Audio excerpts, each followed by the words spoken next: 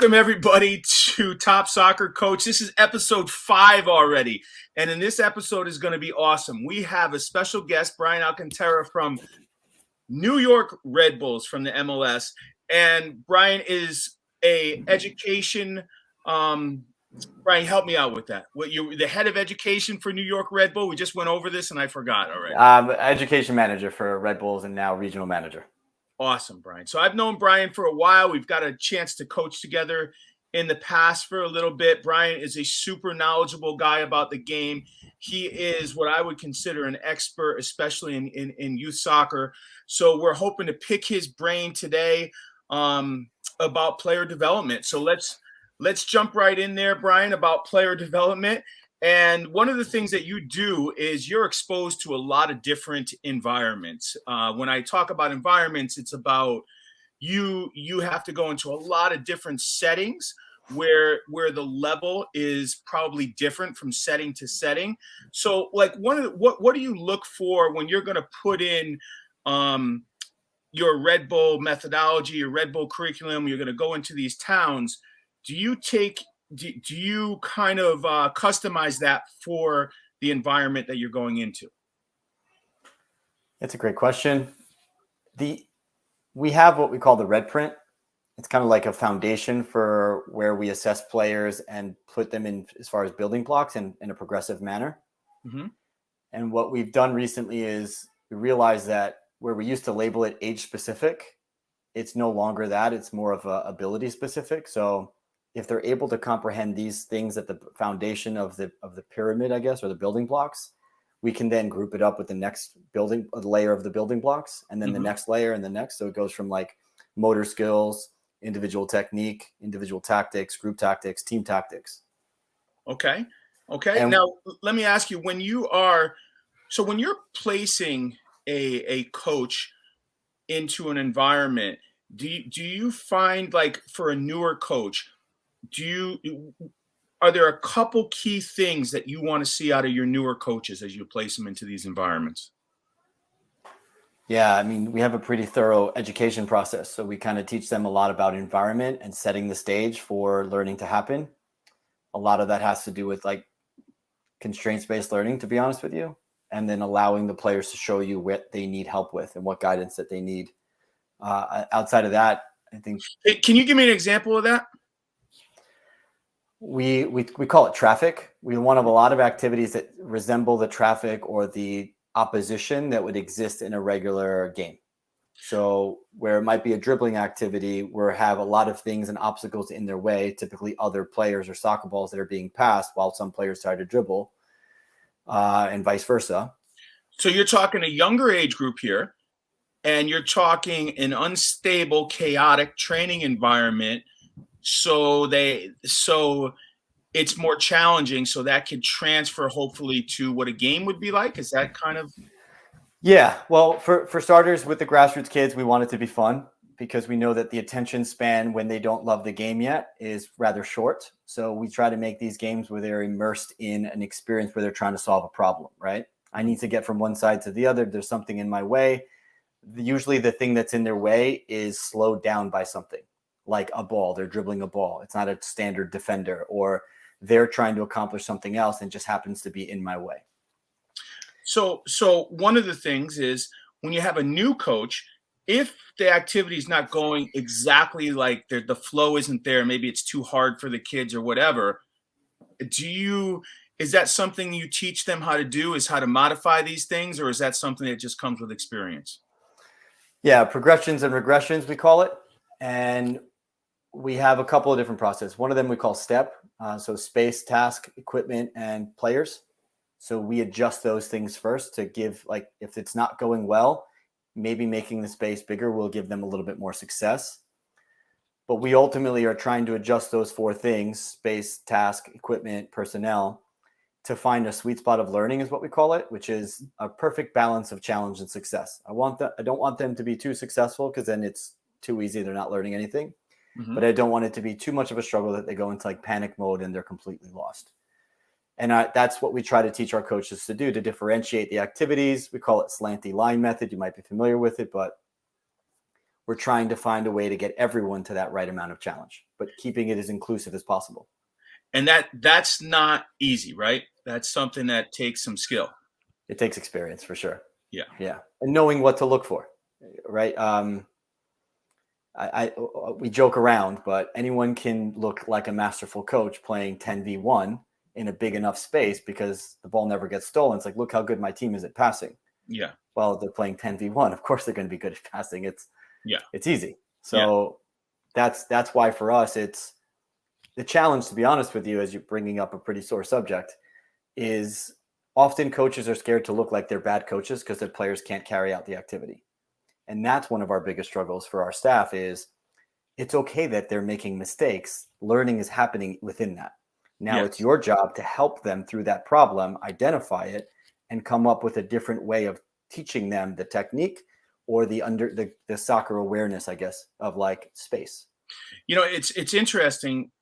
So do you think that the coach needs to give them the feedback, or do you think the environment can give them the feedback to help these players progress? It's a loaded question. This is why I told you're on the freaking hot seat, man. This is not easy. I think the environment is always going to tell them a lot, but their ability to articulate it and fully understand it requires a little bit of guidance and support from a coach. So just to help seal in the learning.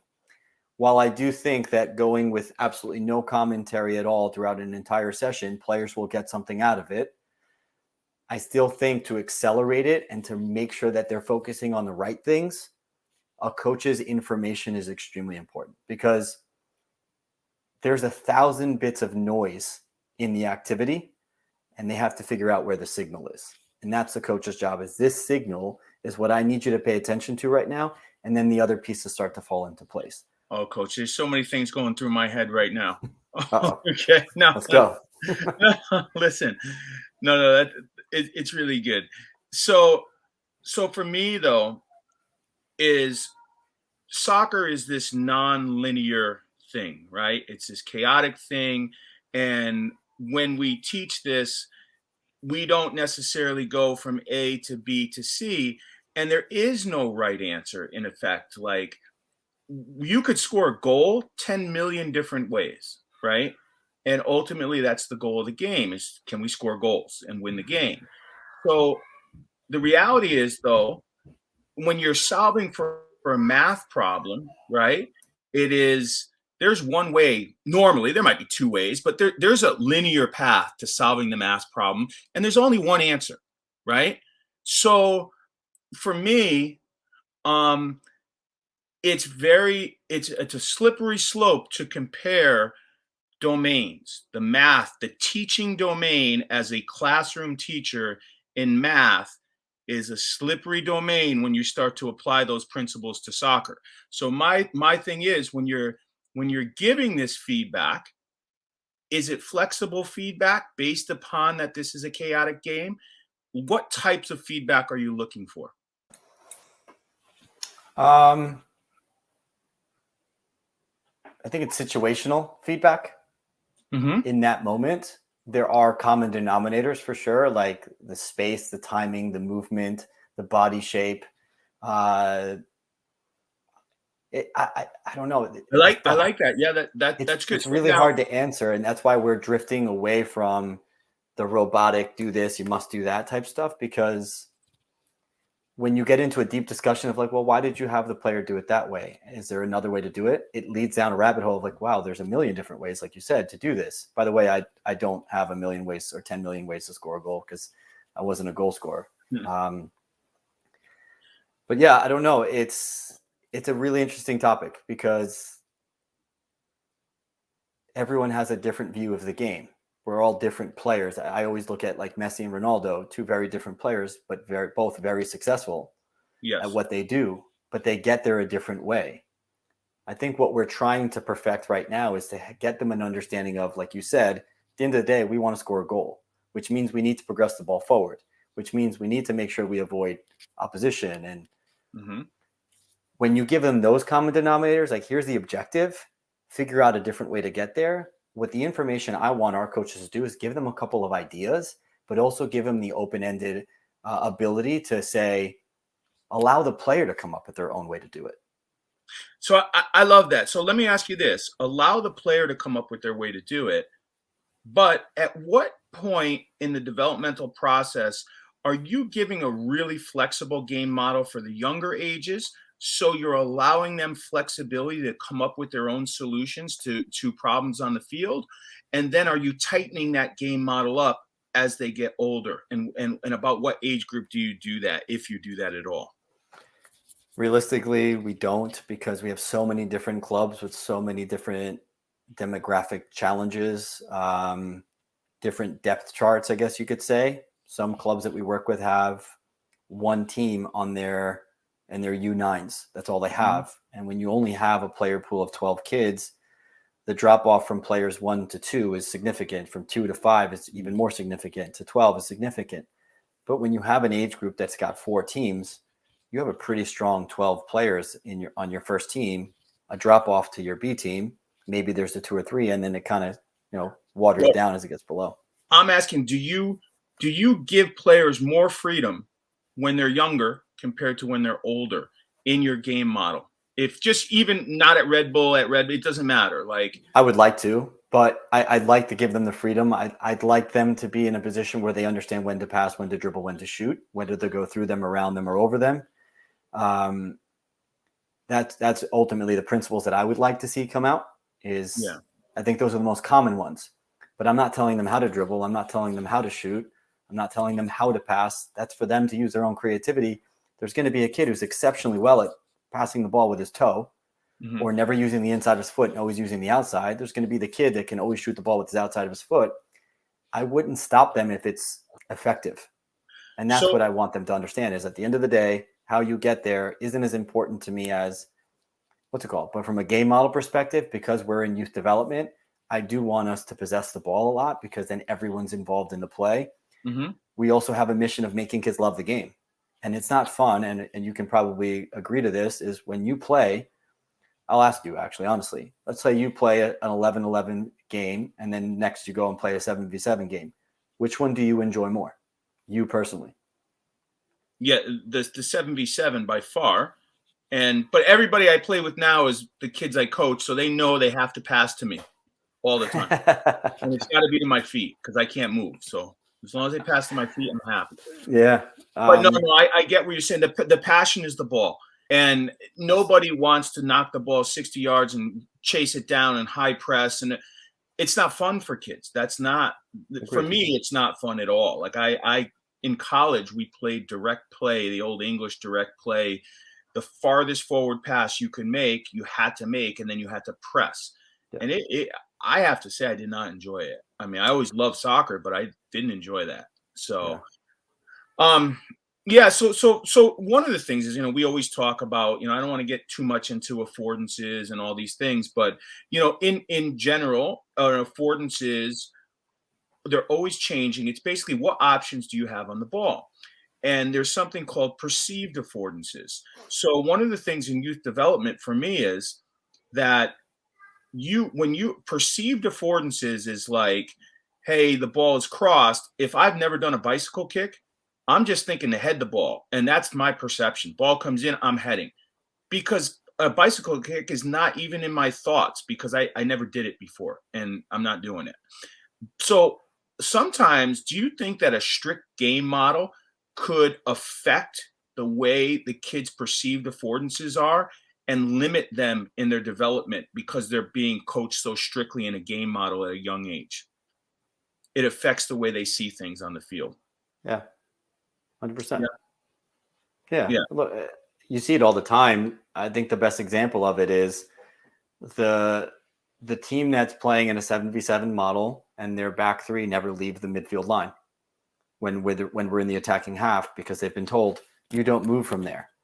And now they're watching their friends play 4v7 in the attacking half, and they're expecting to score goals. And it's like, well, we're in a fight, outnumbered. How does this make any sense? Yeah. So you had mentioned before learning to exploit time and space. And that really is what you just said there again, right? And I almost think that learning how to exploit time and space is what the game is all about. Mm-hmm. And I think that that's really, really, really important. How important is game representative training to you, actually playing the game for the kids at training sessions? If you ask me personally, I think it's everything. It needs to be representative of the game because they pick up on habits that we don't teach. Like you said before, the environment creates habits in your movement, in your timing, in honestly your own confidence. I feel that when you put them out onto the big field, you can tell a team that's never really played the game before because they don't know where to stand and where to be. You can just clearly see that, whoa, where's your shape? And they all flock to the ball and they all run back and they all run forwards. Mm-hmm. But I do think they need information. They need information to help them understand why these things are important. And when you say information, are we talking about the coupling of real cues and game representative trainings? Partially, but like you got to give them a starting point of like, hey, spreading out, the simple concepts, the things, and there's different ways to do it, right? You're playing European handball, kids naturally know how to spread out, right? But then you put the ball down on the ground and you'll see them clump up again. So they don't connect the dots between why they're doing each. I don't believe they do. I agree with you. If you can let them know, well, this is why you were doing it before, why'd you stop doing it? And I mean, based on your research, you probably know it's the comfort of knowing I can use my hands where I have more, you said you have more nerves in your hands than you do in your feet. And therefore you probably just feel so much more comfortable and confident. But it also, you remembered that. That's amazing. Yeah. It also puts the ball within eyesight while you can also see everything at the same exact time. But once you put the ball down on the ground, that's kind of out of my vision. It's more bottom peripheral. That becomes challenging. It puts you off. Yeah.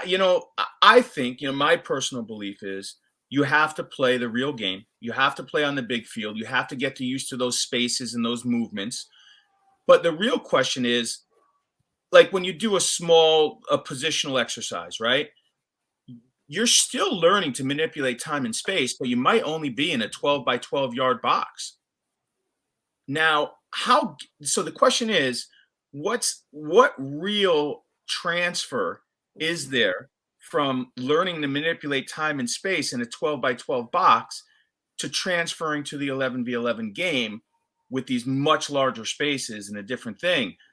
And and I can't quantify that, but so how representative is representative? When does it lose its value? What's it?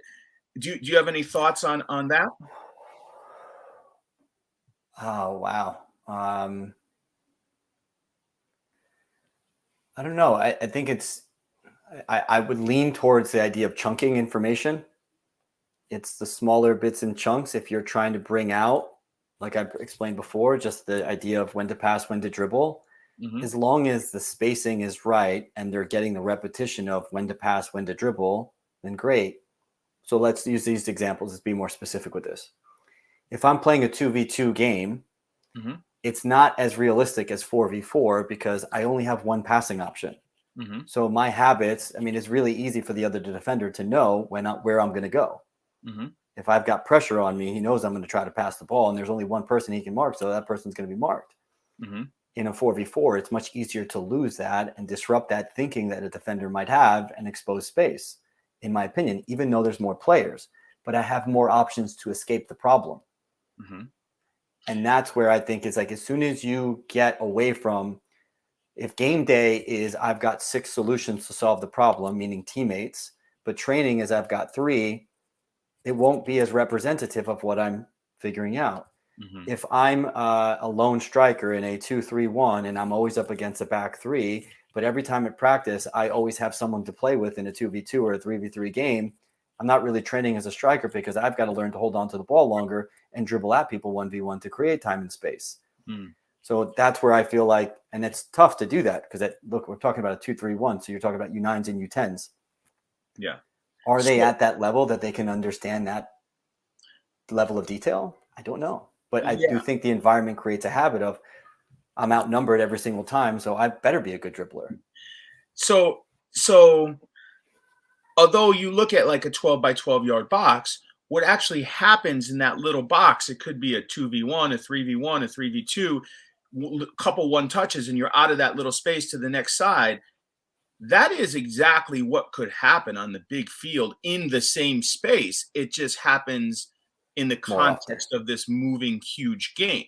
Right. So for me, I think that the skill sets are directly transferable, and I think that they're directly coupled, and I think that they're obviously not, in a sense, they are part of the whole, even though it's a smaller version of the whole. And so for me, I mean, listen, there's a million other ways I want to go with this right now. How important do you think it is to separate things compared to viewing this game as a whole, where there's real decisions on the ball being made? And do you think by separating things into, hey, it's just my back four and we're just going to try to move the ball quickly because that's what we didn't do well in the game, in reality, maybe those kids already know that, and it's about manipulating time and space. Like, what do you think about those things and prescriptive coaching and breaking things down into what the coach feels that they need in separation? What do you think? There's a time and a place for it, to be honest with you. It's the detail that you're trying to pay attention to that you're identifying as the breakdown. Because is it a tactical problem or is it a technical problem? I don't know. I can't give you a solid answer on that, but I feel like, again, it's a situational thing. So in a real game, it's all four phases of the game, right? So don't you think, I understand if it's a technical issue, but don't you think that if you separate things so much and you only deal with like one phase and it doesn't flow into the next phase and the next phase, don't you think that's not as game representative, and maybe they're missing the point to a certain extent? Loaded question again, by the way. Always loaded. I'm not sure. I'd need a way to track it and measure the difference, right? Yeah, I mean, so for me, it's hard to, because soccer is such a dynamic sport, it's hard to isolate why things break down, right? Is it we didn't get enough shots on goal because our forwards just didn't shoot the ball? Or was it that, there's so many reasons for this to happen? Is it better to treat this as a whole than it is to treat as a separate training session with just your forwards movement? And so I didn't want to get into the data part of this, like key performance indicators and all that kind of stuff. But in general, if you're doing tactics with your team, how much would you spend on that specific stuff compared to the more general, like attacking training that is going to have all four phases of the game in it? The audience is a big factor in determining the answer to that question. What's their attention span? Do they recognize the need for this? I think you can kind of flow between two different ideas, is like put them in the problem, help them find the solution, or tell them the solution you're looking for, then help them problem solve with the solution in mind. Help them have a couple of solutions, then put them in the problem. Okay. So that's nice. The one of the things is, for me, do you think that training sessions that focus on one small area might only be for one kid on the team, where if it's a training session that involves everything, now every kid on the team can take out what they need, instead of training sessions that maybe only one or two kids needed? Like, what's your views on something like that?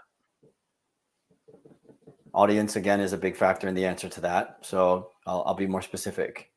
At the grassroots level, I would very rarely design a session around one player or two players. Mm-hmm. At a higher level, I could potentially see the need to say, hey, I need to fix the relationship between my two center backs as we build out. And then I might add in another layer, like I want the 6 involved. I want the 2 and 3 to understand. And then I could see where it would be much more necessary because I'm getting into those finer details. At a younger age, it wouldn't be my primary focus, but I would look to try to sprinkle it in at some point. But in regards to your first question about, you said a smaller space activity. I think small space activities are great because of the repetition that it brings out for that specific player. So if you made that smaller space activity position specific, I could see a huge benefit in that. Okay. I agree with your, doesn't matter, Brian, if I agree or not, but I agree with your answer. Yes, as the levels get higher, then you have to be more specific and detail oriented for sure. What do you think about, we often talk about, when we're talking about player development, we're talking about ideally we want to produce players that are flexible, who can solve problems in multiple environments, right?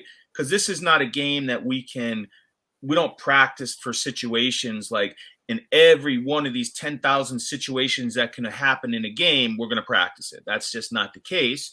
So we want to develop intelligent, flexible players who could solve problems.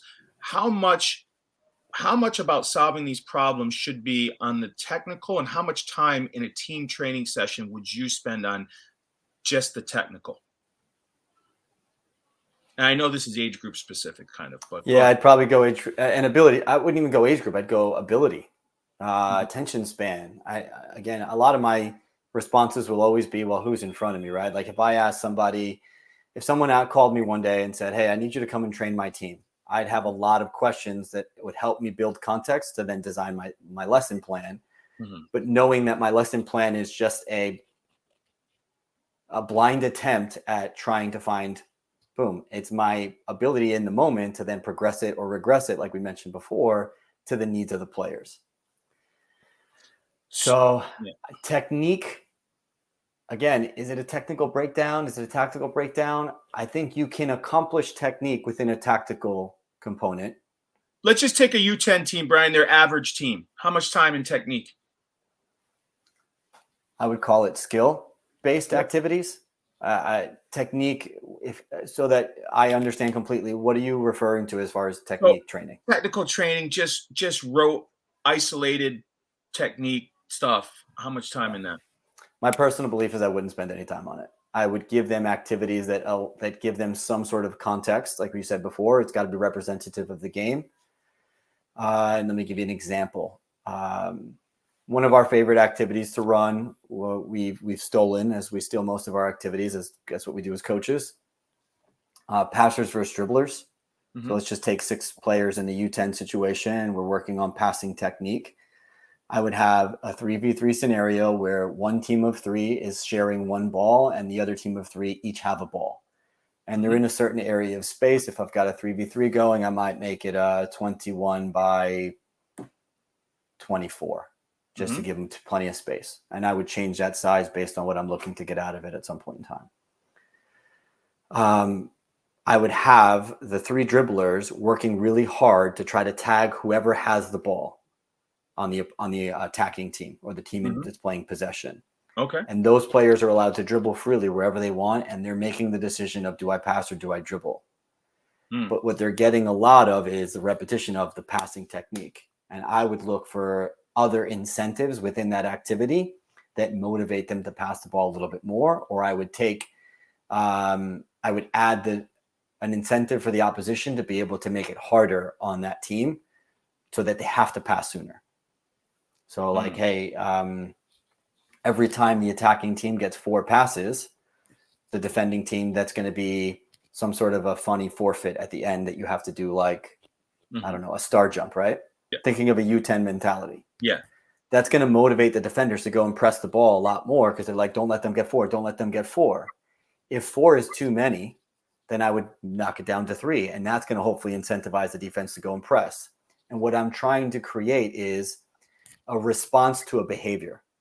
So if I adjust the behavior of the defense, the response from the opposition is what I'm looking for. But I don't want to tell the attacking team, pass more, pass faster, because the defense isn't making them. So enjoy the ball, dribble as much as you want. Mm-hmm. So I would look for ways for the defense to cause the behavior I want out of the response that I want out of the attacking team. It's really, really good.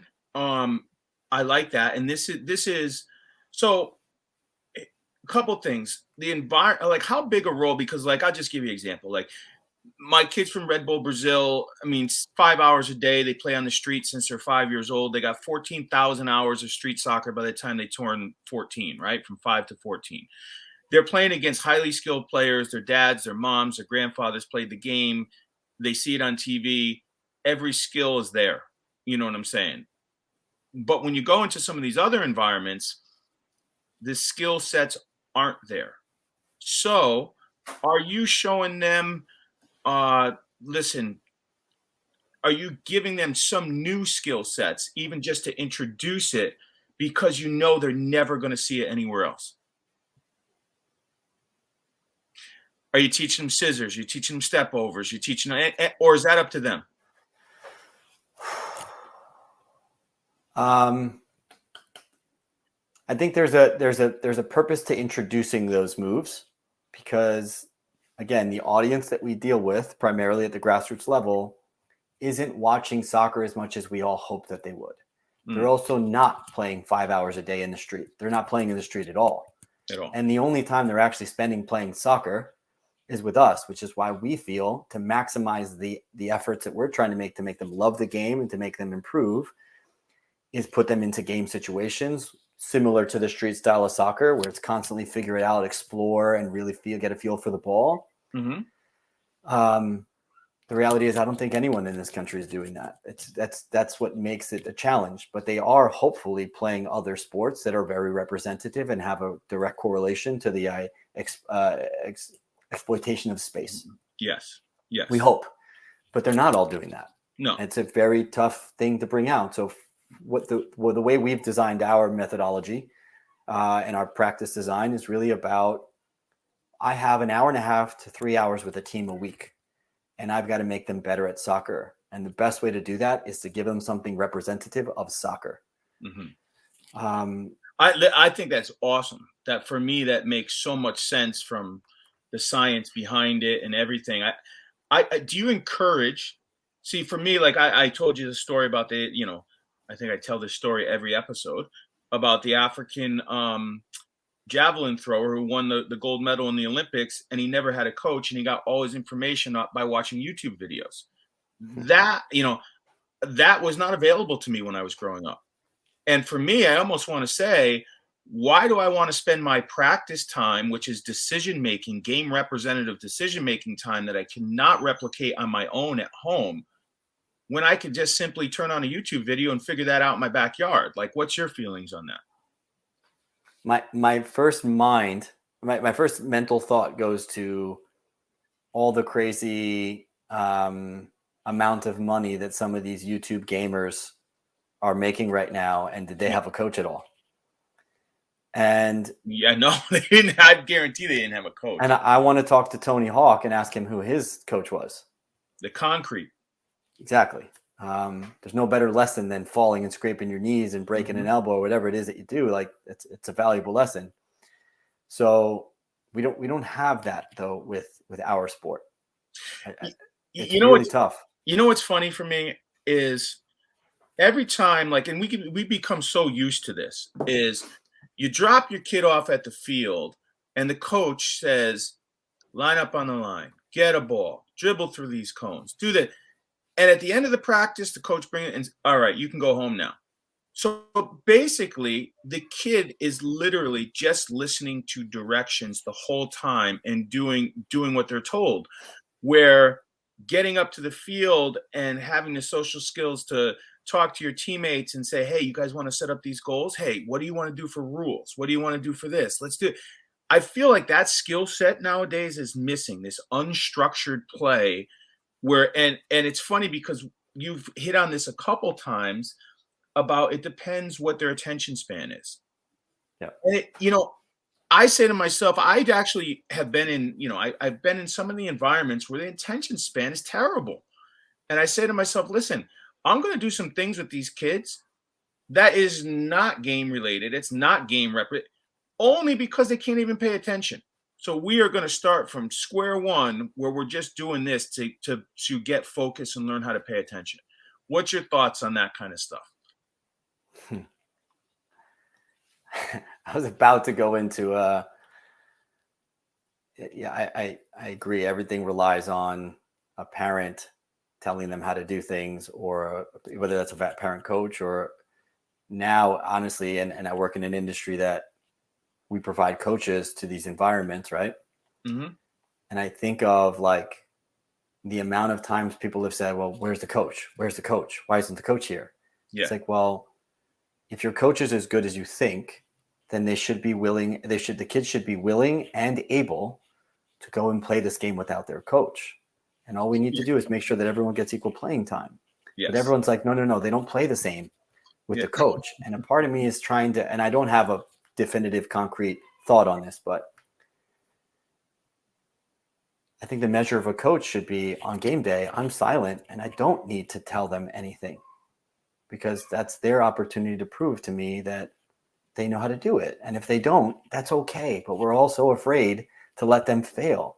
And that's honestly, and I don't mean this in a negative way, but that's the parental pressure. And as a parent, the worst thing in the world is to watch your kids struggle. Well, and also, if you're always going to joystick the kids, they become dependent on you. And, you know, if they could survive in an environment where the coach isn't telling them they can make their own decisions, I mean, that's awesome. It's funny because I can remember being at a club where, you know, a coach can't show up for practice, and we have to explain to the parents, like, listen, you're going to get coverage. But this is the thing, like, our methodology is our methodology. Like, we are teaching the same thing. It might not be your coach, but he's teaching the same exact thing. And they're, oh my God, no, we need our coach. I'm like, no, it's okay. Like, this is good. Don't worry. Like, you know, I always thought to myself too, like, my number one prerequisite, and now that, you know, you have children too, Bryan, the first thing my prerequisite is the coach a good person? Does she treat the kids well? Because that's it. That's my number one. Don't kill their self-esteem. Don't kill their self-worth. Don't be negative with them, and just bring some energy too, because energy is great. The soccer stuff, the X's and the O's, I consider that a bonus. Yeah, if they're good at the X's and the O's. So, you know, it's weird. It's weird when you spent your whole life as a coach and then you give your kid over to a program, and then, you know. So what do you, so the first introduction to soccer really in kind of like an organized setting is the 4v4, right? The U8 4v4. Where the kids actually go into a league and all these types of things.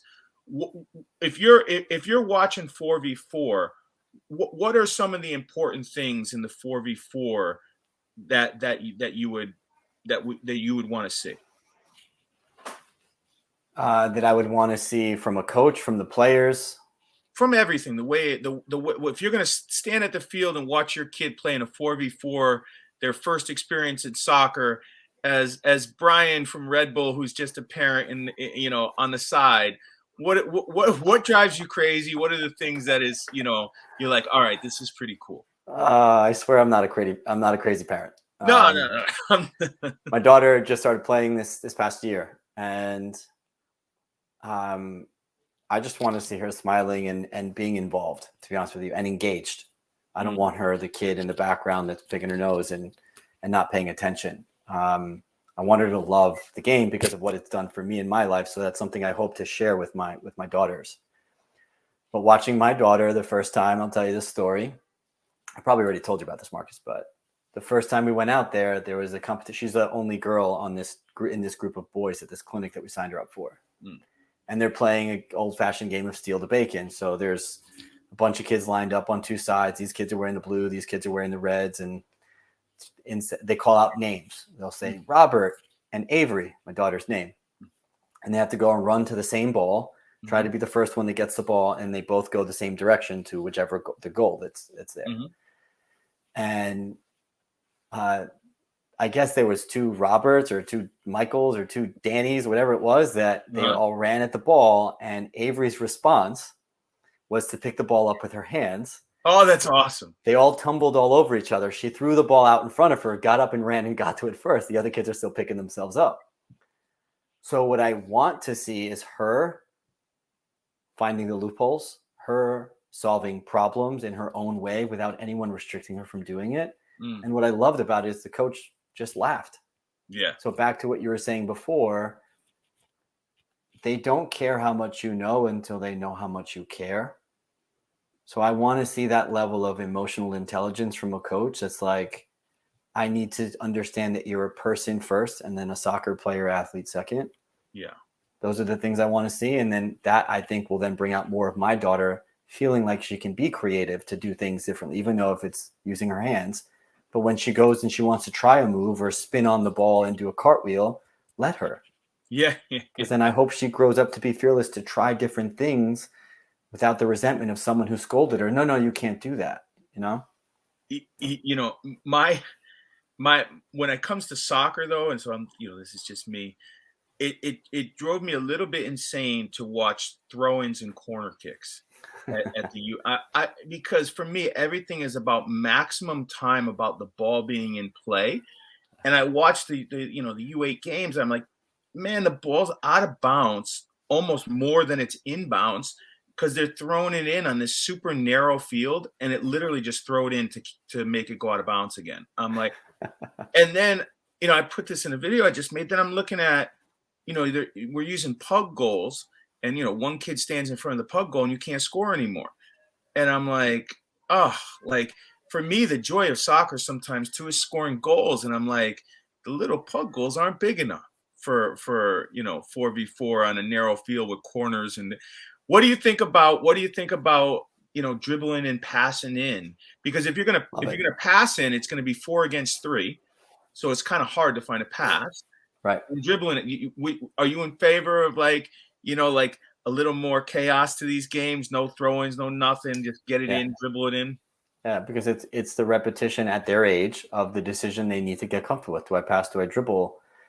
And it's their choice. If they see that and look, it's the best part, watching a kid on a sideline put the ball down. The coach says you can pass or dribble in. They see space and they dribble.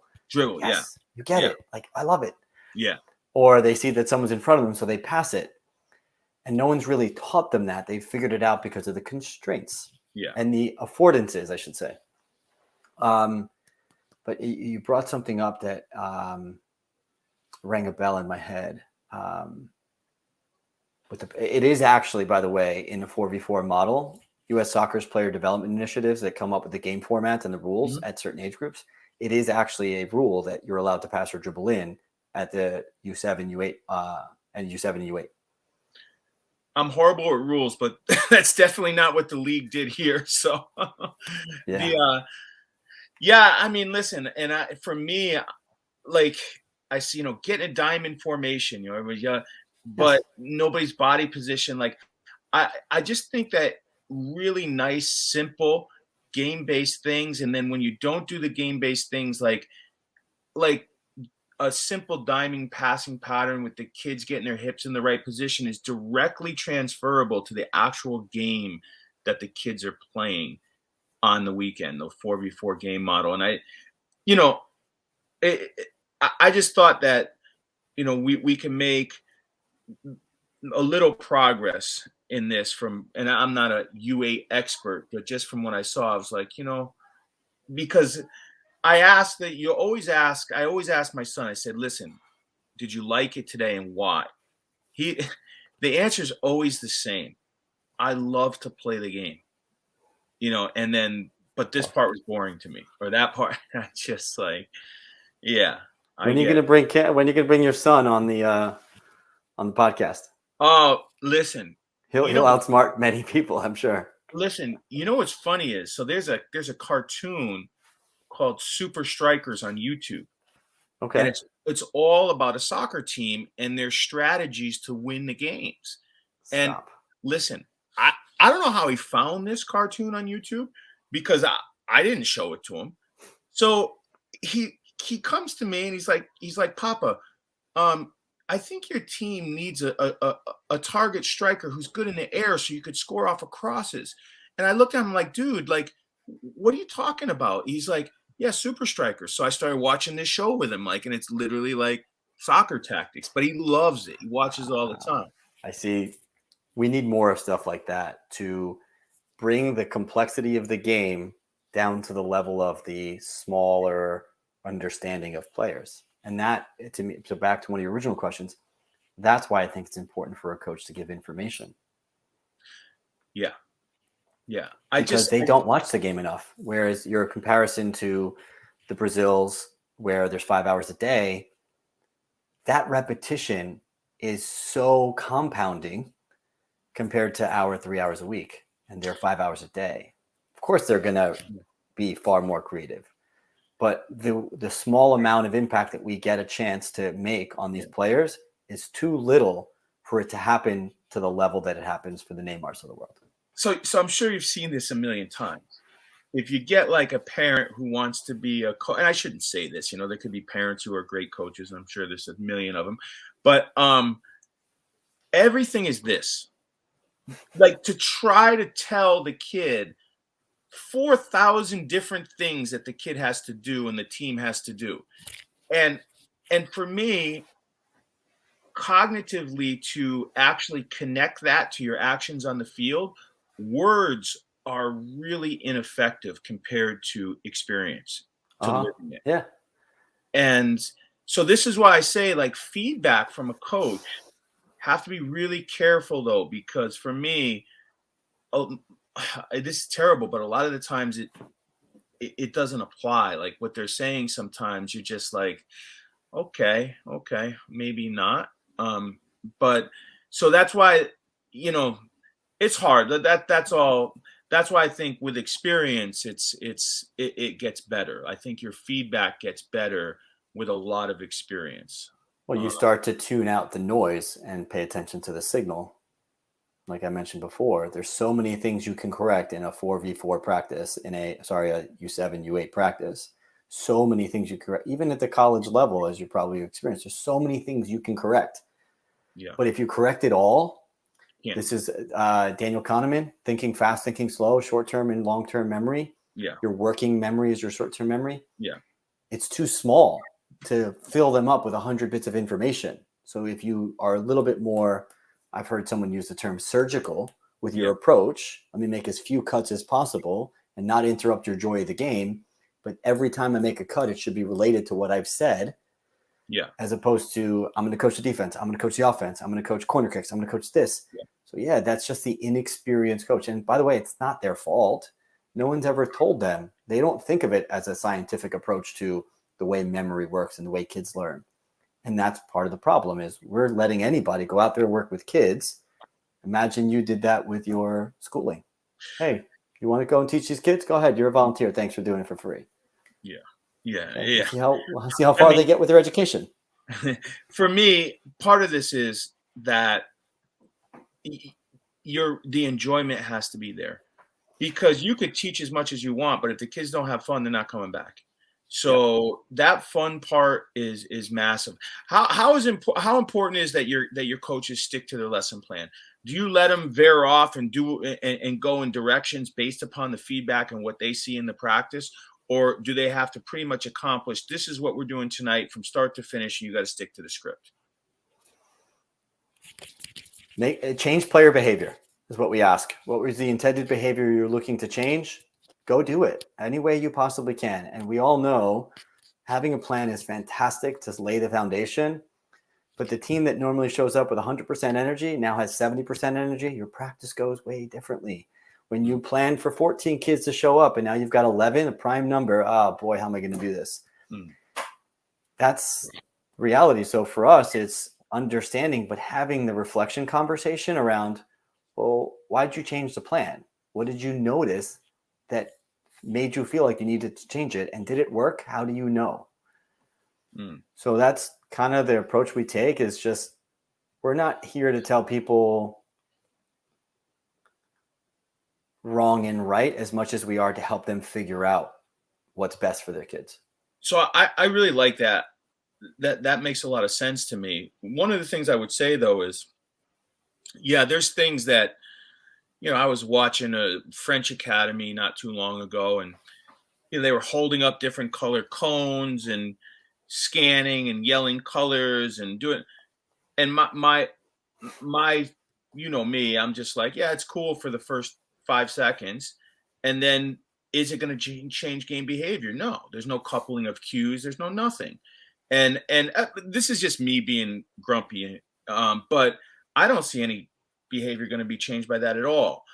And so that is here's what it comes down to though for me is when we look at key performance indicators and we look at analysis and all these types of things, again, this is nonlinear.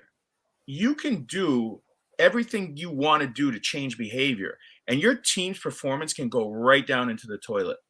Does that mean you're a bad coach? No. Like, I'll use Leicester, Claudio Ranieri. Everything he did that first season, he was brilliant. He didn't change anything, but they were crap the next season. But he didn't change his methods, is my point. And I almost think that, like, it's a little harsh.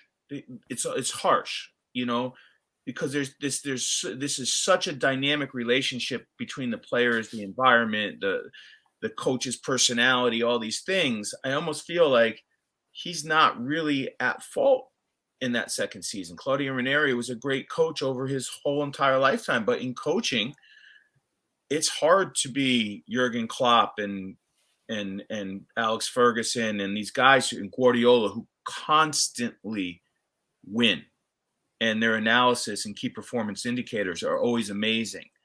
But if they didn't have the money, I don't know how amazing they would be. What's your thought on that?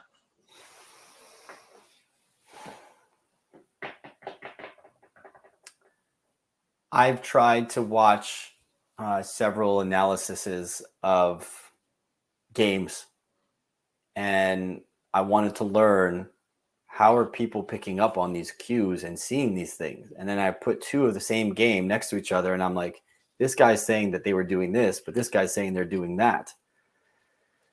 And I think what we see is never what was actually intended. I think it's just the players end up, there was a plan in mind, and maybe they executed, maybe they didn't. So I'm sorry, your original question was. So with the key performance indicators and stuff like that, like, do you think that, like, we're coaches and we come up with a methodology and we come up with a way to coach our team. It's not always going to work. Didn't work for Ranieri his second season. It worked for him in his first season. Do you think that the rating of coaches should be based upon these key performance indicators, winning and losing and all that kind of stuff? And did your team improve? His team went down the toilet, but first season they were brilliant, and he probably didn't change anything. I think they tell a story, the KPIs, right? They'll tell part of the story. This is what we tried to do and we weren't successful. But what really tells the better detail of why they were successful or not is like what happened on the other side of our intended path, right? I think if you feel your game model, for example, is the best way for your team to perform based on the personnel, the personalities that you have, having certain KPIs to say, well, if we did this, then we should measure the success of, did this lead to what we wanted it to lead to? So I learned this on a course. One of my instructors, fantastic mentor, he was teaching us to measure within our training session, if we were trying to improve building out of the back, well, how many times did we successfully build out? How many times did we try? How many times did we fail? And you look at, like, did I improve it or not? Now, but it's not my question the same way, though, right away, though, is who were they playing against? Was it a high press the whole time? What were the attributes of the other team? Did they know it was coming? Did they know you have to play through it? That's my problem with it. Yep. Yeah, that's it. But like already, so we deal with this all the time at the grassroots level, is you have a team that goes 9-0 in the season, right? And they're like, oh, we're the best team in the world. And it's like the next season they go 9-0. And then the next season they go 5-4. And it's like, well, what the heck happened? We got to fire the coach. Why are we not winning every single game? It's like, well, we just went up 2 divisions. Did you expect it to stay this easy? Mm-hmm. But they forget that context. And then there's the games where you win 9-0 and they're like, oh, we're the best team in the world. It's like, did you not notice the other team was playing a man down the whole game? Mm. You know what I mean? Like, did you not realize that team was complete? It happens all the time. People don't think of context. And again, so I relate this to our training environment. Without context, you don't really know if it's good. Correct. And even Guardiola changed his ways of playing out of the back in the EPL based upon The new a rule? number of factors. So Okay. what here's, I always harp on this point too, Brian. I'm going to put you on the USSF spotlight right now. Do you think do you think it's necessary for soccer to have this licensing around the world when you have like Major League Baseball, football, basketball? These coaches just they college football, these are masters of their crafts and they do their thing. But why do you think soccer needs this regulation that's this, money thing for coaches? Like why do you think is it necessary? Do you think this is necessary? A licensing process? Yeah, like why would the NFL and NBA and baseball not do this? Why does soccer be the only sport that we really think that this is necessary? I've never thought of that. I do think it's necessary. And I think in many sports, coaches are put into positions unprepared, but they know the right people, or they can talk the talk, or they've been gifted, and this happens a lot, right? They've been gifted a magical team that they didn't develop. They got to ride the coattails of that magical group of people. Do you think it's necessary because they're not prepared from like a positive coaching alliance standpoint, which I think is the most important? Or like you got to know how to behave. You got to be a good sport. You got to know how to relate to players and build self-esteem. For me, that's incredibly necessary. And I wish there was a program, that everybody in every sport had to do to coach to do that. But do you think it's necessary from a just a pure soccer X's and O's standpoint?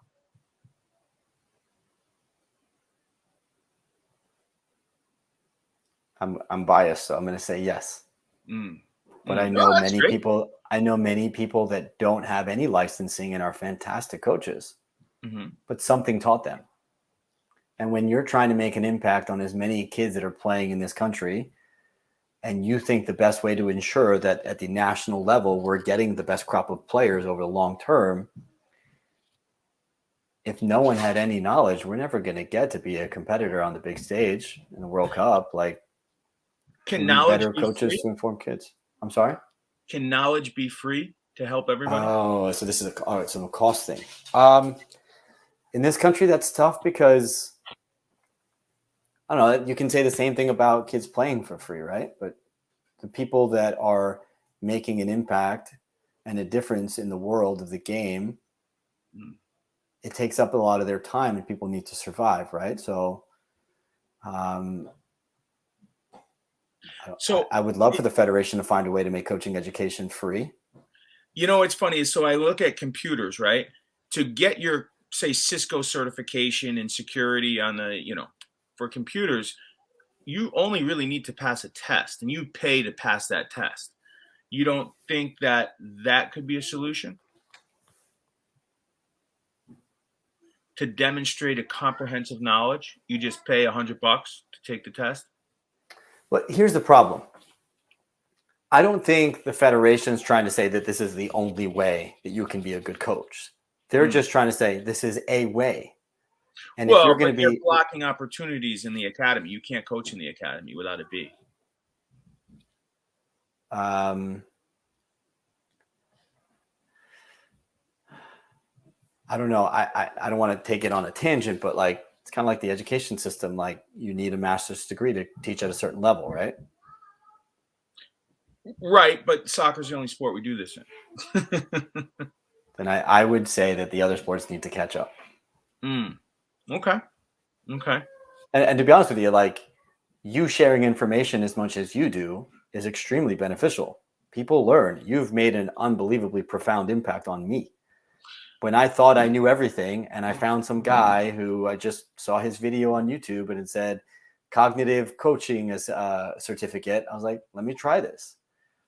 And it changed my perspective, and I realized how bad I was of a coach. But that was a time where I was touted as, this guy's great because I was fun, Bryan, right?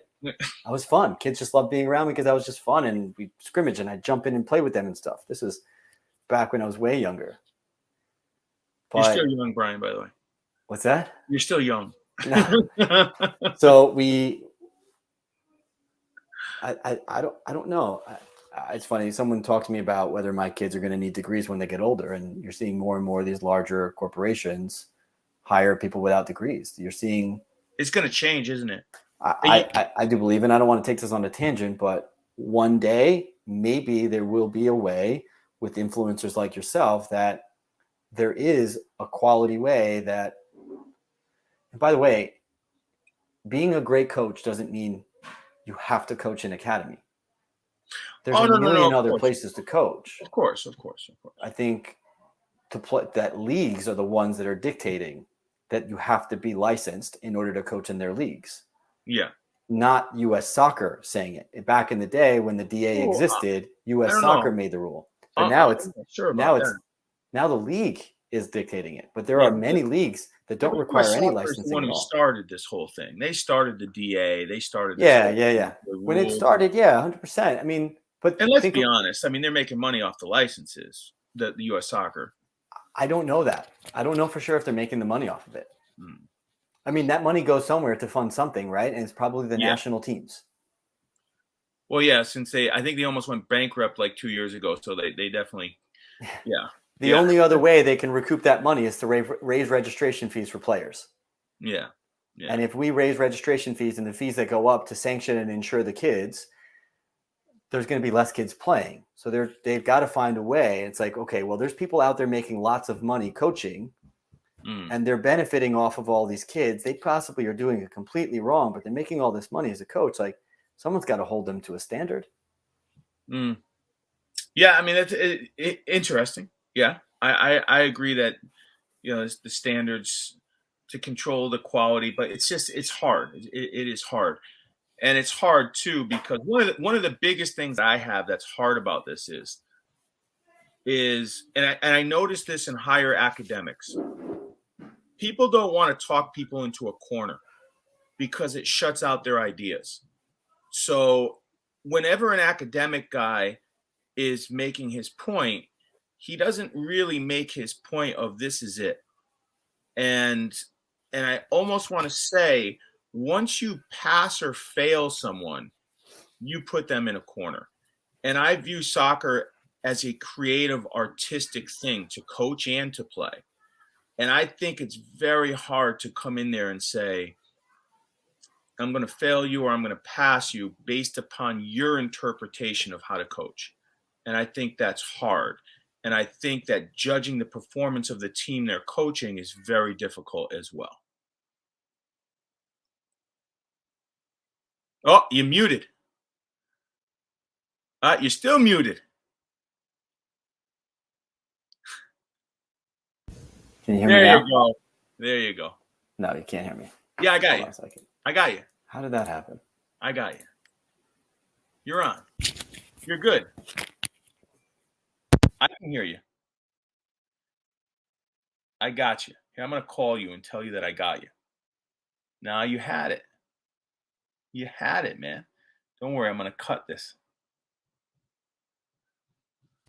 How about now? Yes. There you go. Sorry. No. So I think there's a big misunderstanding, and I'll try to explain as best I can at the risk of harming any reputations. But look, I'm an instructor for the Federation, right? I teach the grassroots licenses, and something I make sure to tell everybody based on the most recent regime of people leading the education department at the Federation is this is a way of doing things.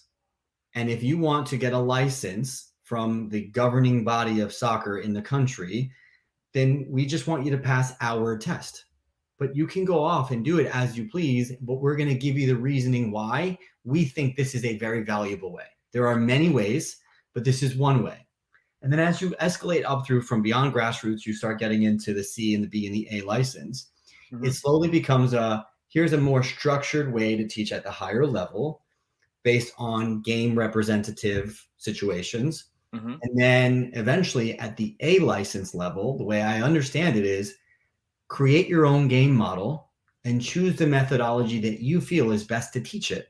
And all we're going to do is ask you, what do you expect to happen, or what does success look like? How will you know it happens? And then we're just going to observe and watch to see, hey, okay, you did it. You're able to do it. Your game model was present. Does anybody fail that ever?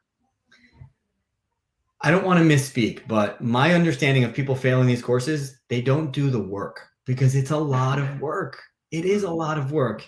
And how foolish of them to not do the work when they've paid all this money and committed all this time and all this travel expense. That's a hard one for me. I don't want to get too much into that because I know people who did it and did the courses and failed. Okay. And I know that a decent amount of people have not passed those courses, but I just feel that, the real, and this was even said by the Belgian Federation, who was hired to help U.S. Soccer design their licenses. They came out and said, listen, the reality is how much you're going to learn in a course.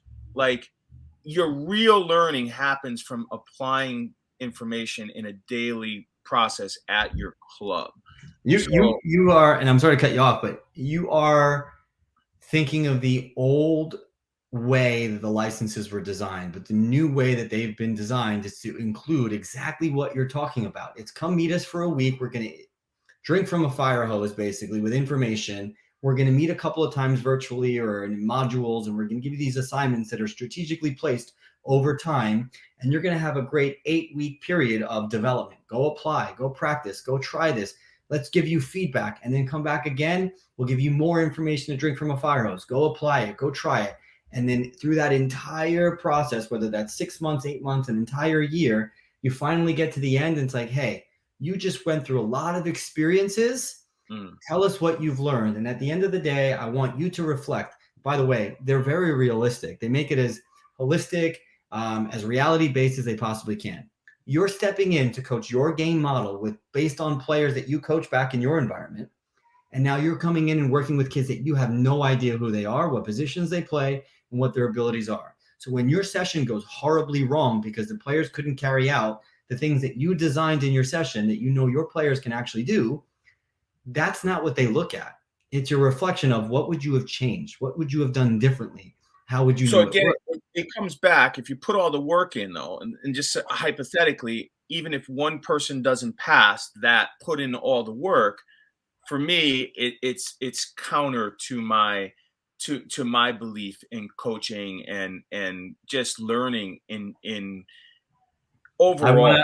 I want to talk to the person that that failed. Because from what I understand, and again, this is just my perspective, they wouldn't fail someone if they put in the right amount of effort and they understood that to pass this license, you have to do it this way.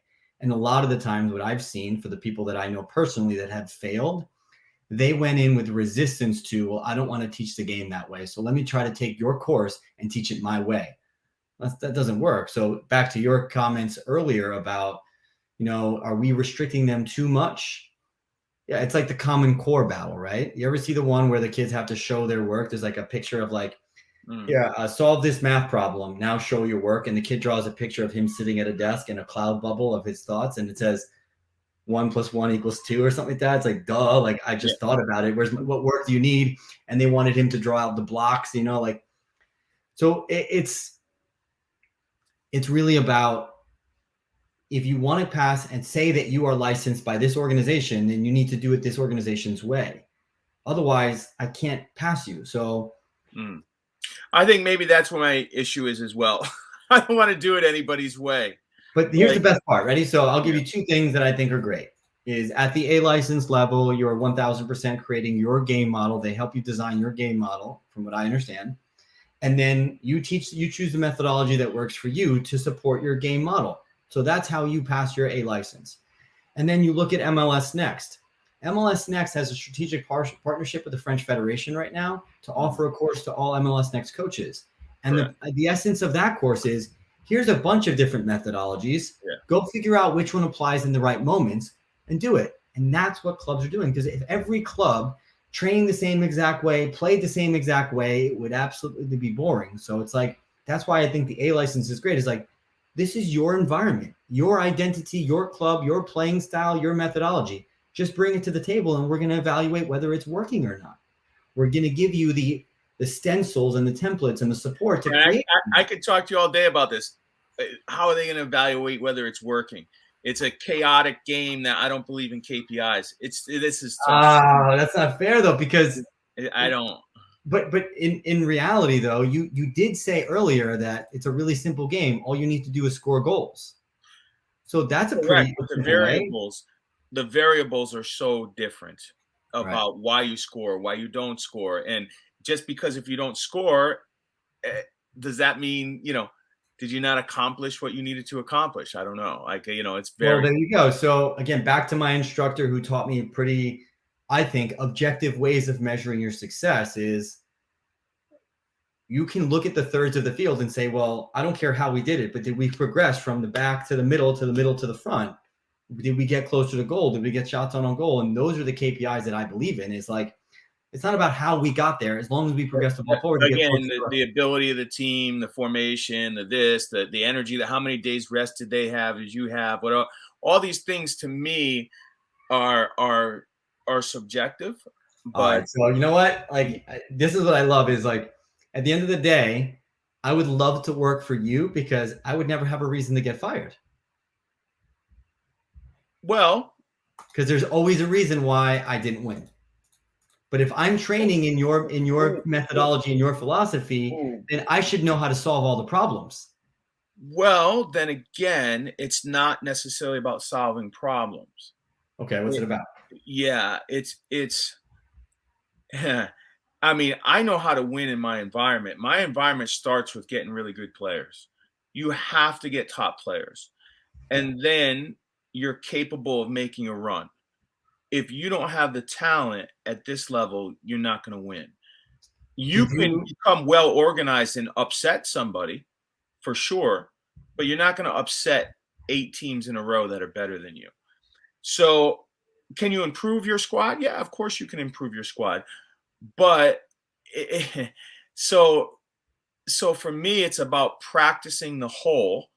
It's about stabilization of performance levels in a short period of time. Right. And so, yeah. And what I would bring to the table is not, I would want to know your energy level. Like every practice, is your energy there? Are the guys making meaningful decisions on the ball in our game model most of the time? Yeah, like those things are really good. And those things will eventually take care of themselves into wins. If they don't, yes, of course, tactical changes, all those things can help you win games. But this is also a small, the one stat that Las Vegas, all the bookies go, it's goal differential. And even that is debatable at our level. But if you're scoring more goals and you're playing in a good league where all the teams are competitive, if your goal differential is on the plus, you're going to be in the top half of the league. If it's in the minus, you're eventually going to be in the bottom half. But the problem is you need a large number of games for that to ultimately become true. So it's hard for me to even jump to conclusions in a small college season that lasts 2.5 months. The better teams are not always going to win. So, your relationship with the players, your practice design, those are the things that would lead me to say, yeah, this guy's doing a really good job. That's what, and yes. So to answer your question though, it'd be hard for me to fire somebody.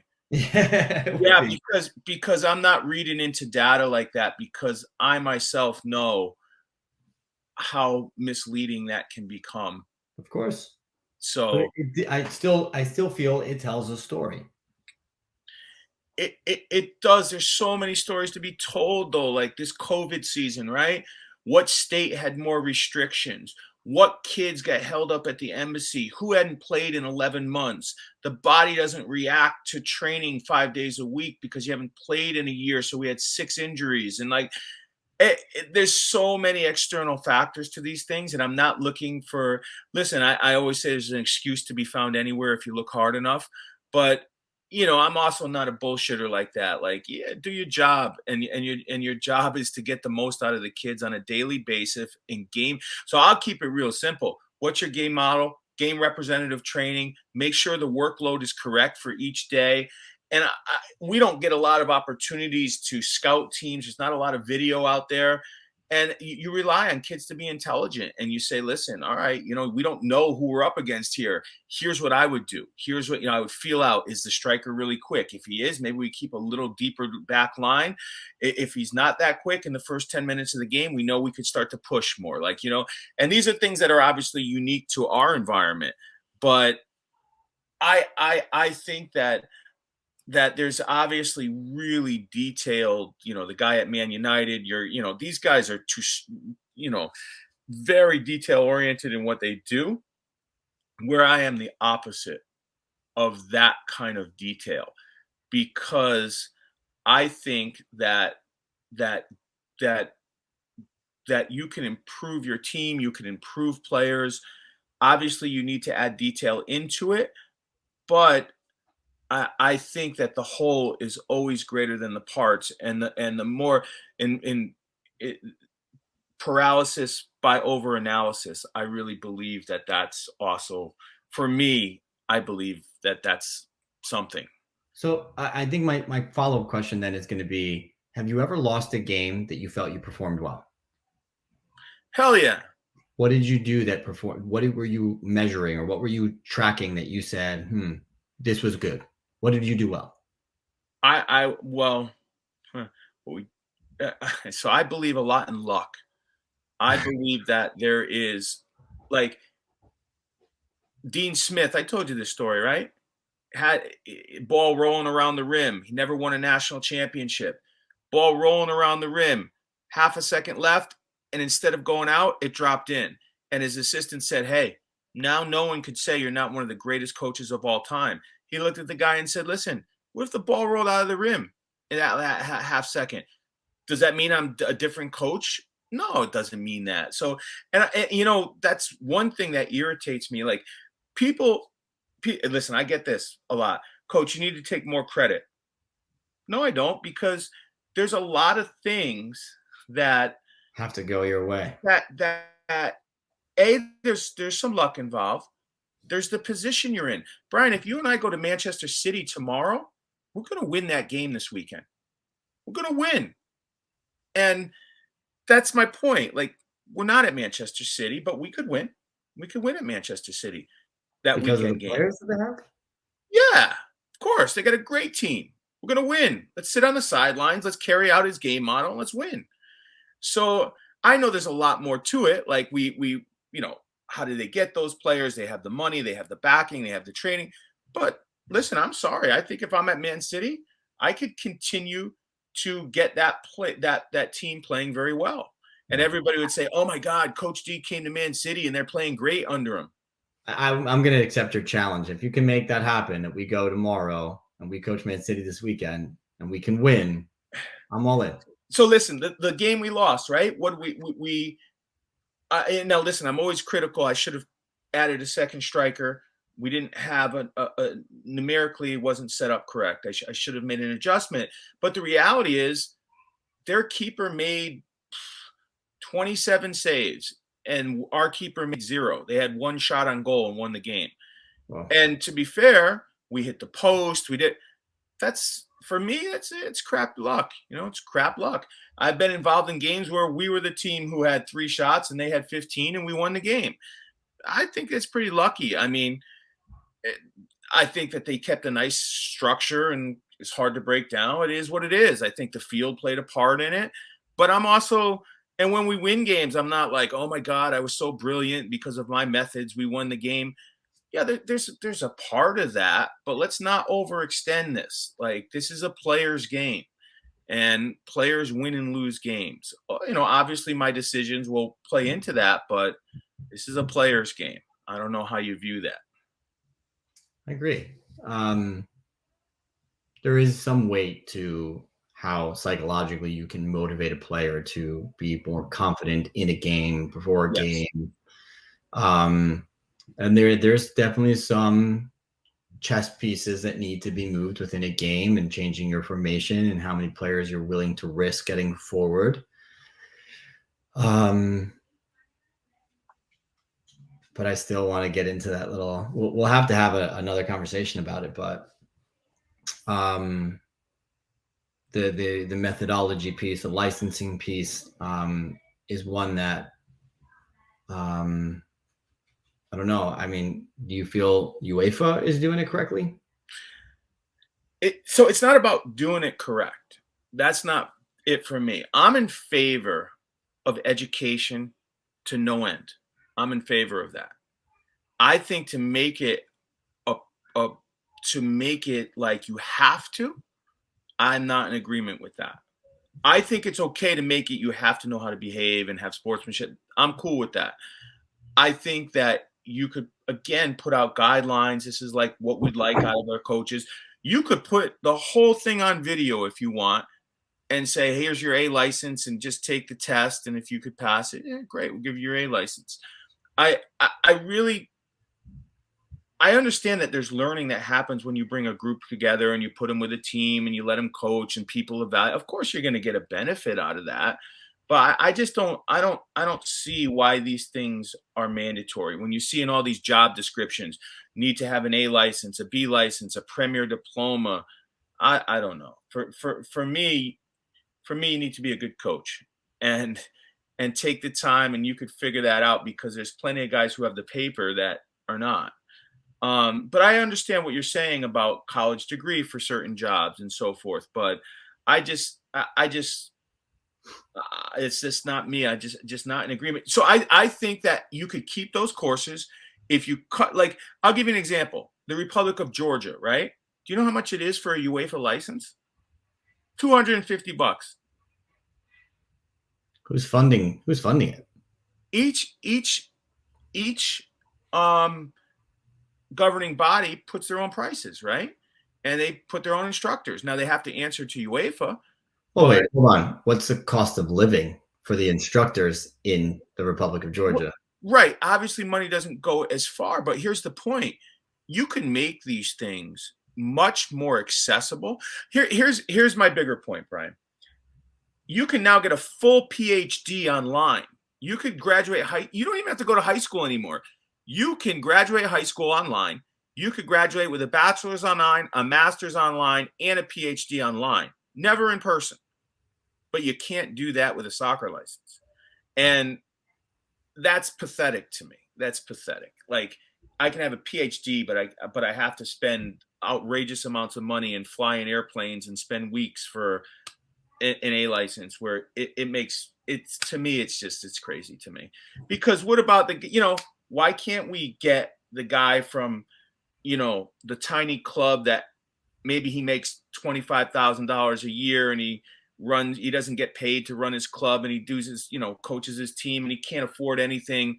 Why now is he never going to have the opportunity? Maybe there's a grant or something from US Soccer, whatever. But the reality is he's not going to have the opportunity. And that's what this game is about. It's about opportunity. And I'm sorry, let's do the online learning. If you can get a PhD, put it together for an online soccer license. Let's do it. Let's get as many people out there that want to do it. But also, if they do the work, don't fail them, because it's like art. Don't fail me in art class. I just made a beautiful picture. You think my picture sucks? I think it's beautiful. It's subjective. How's that? Yeah, no, there's a lot there. Don't wrap. Yeah. Don't wrap. Well, listen, we better Feel free, Marcus. I will personally help you go pay for your next coaching license because I'd love for you to experience the new approach. No, you know what's going to happen is I'm going to have to keep my mouth shut. And then honestly, I have a lot of friends who coach the A license. They're probably going to fail me on purpose because I argue with them so much. I'm like, dude, tell me why I need to spend 10 grand. Give me one question that I can't find that information on Google if I don't know it. And they can't answer that question. It's fair. But experience. Yeah, great. Go through the experience. I want you to take a course, please. Listen. You know how much I would dread that at this point, but I'm gonna write a strongly worded letter to somebody to see if we can get you a scholarship onto a course. I don't want a scholarship. Listen, this is really funny. This is great, but we'll see. Next thing you know, maybe I'll go overseas and spend a couple hours. But no. To be fair, the only reason I would ever take a course at this point is if I thought it was gonna open up other job opportunities. I would never take a course at this point with that expenditure of money. I would never do that. It doesn't sound like a smart investment to me. But it would be if it was like, if I was 20 years old and I was going to make this long career path. But no, at this point, why would I spend that money? It doesn't make business sense. So that's fair. Yeah. But, that's a good decision, man. I still would like to try to dig at the French Federation course, because I think that's going to be a lot more in line with what you're saying is like flexibility to choose a methodology that you wished or that is actually working, but they're going to ask you to justify it or quantify it. Or you know me, obviously I know, I know Jerome, and I told you I sent him some information. I asked him if he could send me to France to teach the French coaches, and he sent the all my stuff out to the French pro teams. And they basically said that the Americans don't know as much as the French, so we don't want this guy to come over.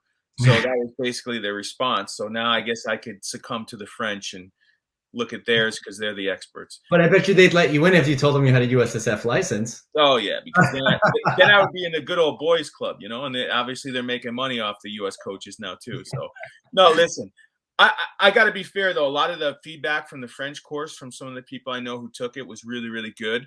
And a lot of the things that they, passed down, I enjoyed some of the stories about the French court. I'm not knocking knowledge, Brian. I'm not knocking knowledge. I'm knocking, how soccer is. Like sometimes, I'm this, and man, when you get to my level, it's about the story of the Buddhist, right? The guy who goes, if you could go on top of this mountain for 7 days, you're going to become enlightened, right?